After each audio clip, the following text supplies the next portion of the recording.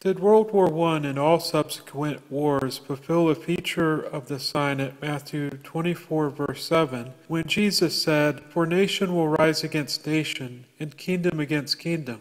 Did World War I happen unexpectedly, catching the world by surprise? Was it the First World War? Was it the worst war in human history up until that point? Since that time, have wars increased in number and frequency? Here are a few facts you may want to consider.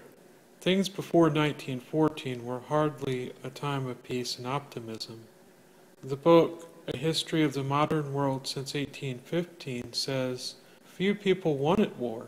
All but a few sensational writers preferred peace in Europe, but all took it for granted that war would come someday. In the last years before 1914, the idea that war was bound to break out sooner or later probably made some statesmen in some countries more willing to unleash it. Therefore, the great European conflict that came to be called World War I was not unexpected. It had been brewing for some decades. Then, in 1908, Austria-Hungary annexed Bosnia and Herzegovina, leading to a political crisis. In 1912, the First Balkan War broke out, in which there were over 160,000 dead. This was followed by a Second Balkan War in 1913, where over 50,000 died. The region was destabilized, leading up to the assassination of Austria's Archduke Ferdinand by a Bosnian militant when he was visiting Sarajevo. Events quickly escalated from there.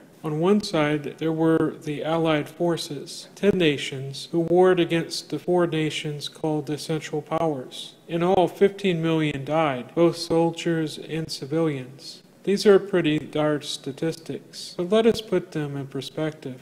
General Montgomery, who fought in World War I and II, said this: however, all in all, it can be said that the war in theaters outside Europe was of minor strategical importance. The 1914 to 1918 war was essentially a European war. It came later to be called a world war because contingents from many parts of the British Empire served in Europe, and because the United States joined the Entente powers in 1917. But in reality, since the role of sea power was mostly passive, this was less a world war than some previous conflicts, such as the 7 Years' War.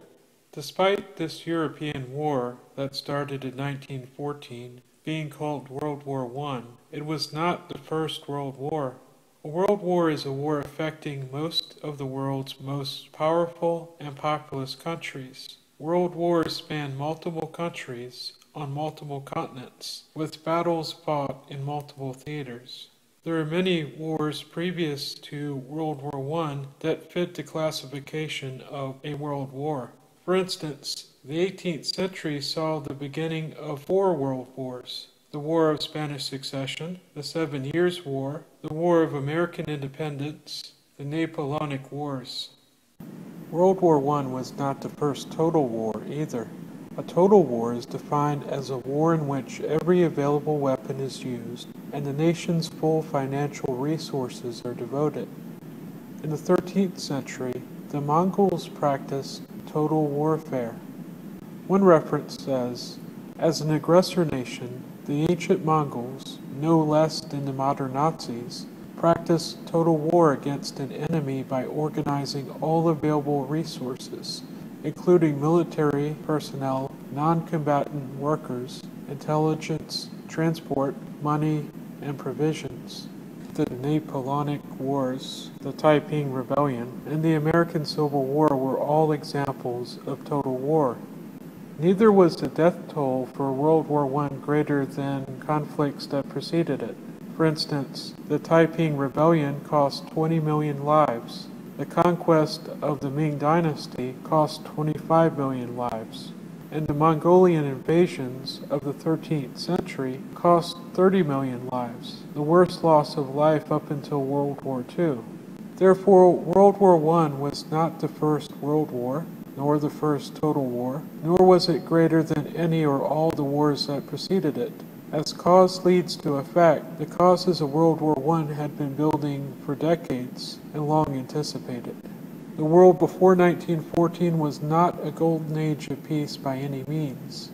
One scholar said, if, however, someone would start to talk about the good old days, about the long period of peace from 1871 to 1914, he should just open the closed pages of the history book.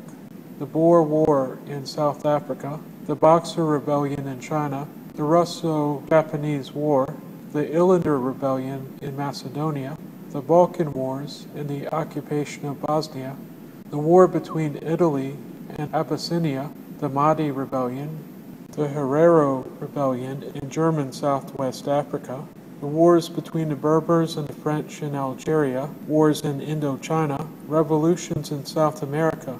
And this is just a selection from among the war events during this long peace period.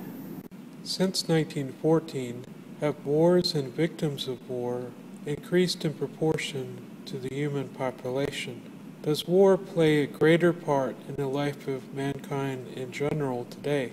The evidence does not show this to be the case. World War II, while likely the worst war in human history, ushered in the longest peace period Europe has ever known that far exceeded the so-called peace period preceding 1914. While there has been wars in various parts of the world, there are many areas that have never seen combat upon their soil in their generation. Since World War II, deaths from warfare have not increased, but rather been on the wane. There are many scholars who have studied the subject of war in detail. Quincy Wright, in the book A Study in War, studied wars that involved over 50,000 combatants. From the year 1480 to 1900, there were 60 wars on average per century. From 1900 to 1964, there were 30. There does not appear to be an increase in frequency. Modern technology, while it has improved the quality of life for billions, has made warfare increasingly destructive. But Quincy Wright has found that wars decreased in length. Singer and Small, in the book The Wages of War,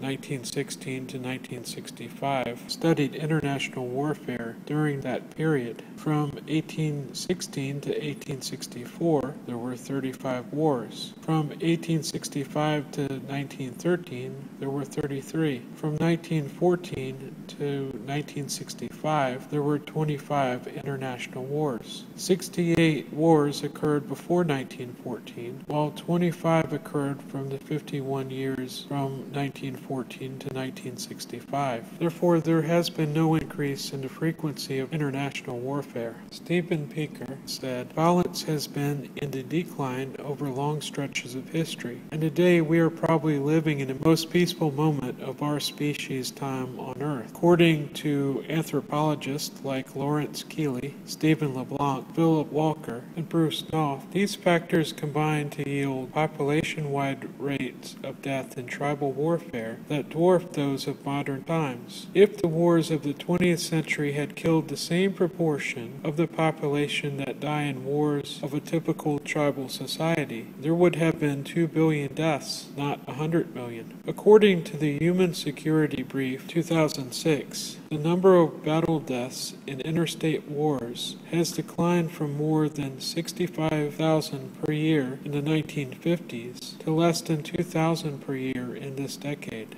Even if that is perhaps too optimistic a picture, Francis Beer, in his book Peace Against War, presents a more moderate statement by saying, unlikely as it sounds, there has been no significant change over time in the incidence of peace and war and in the casualties of violence. Jesus warned against getting alarmed at wars and reports of wars, because he knew throughout history nation would rise against nation and kingdom against kingdom.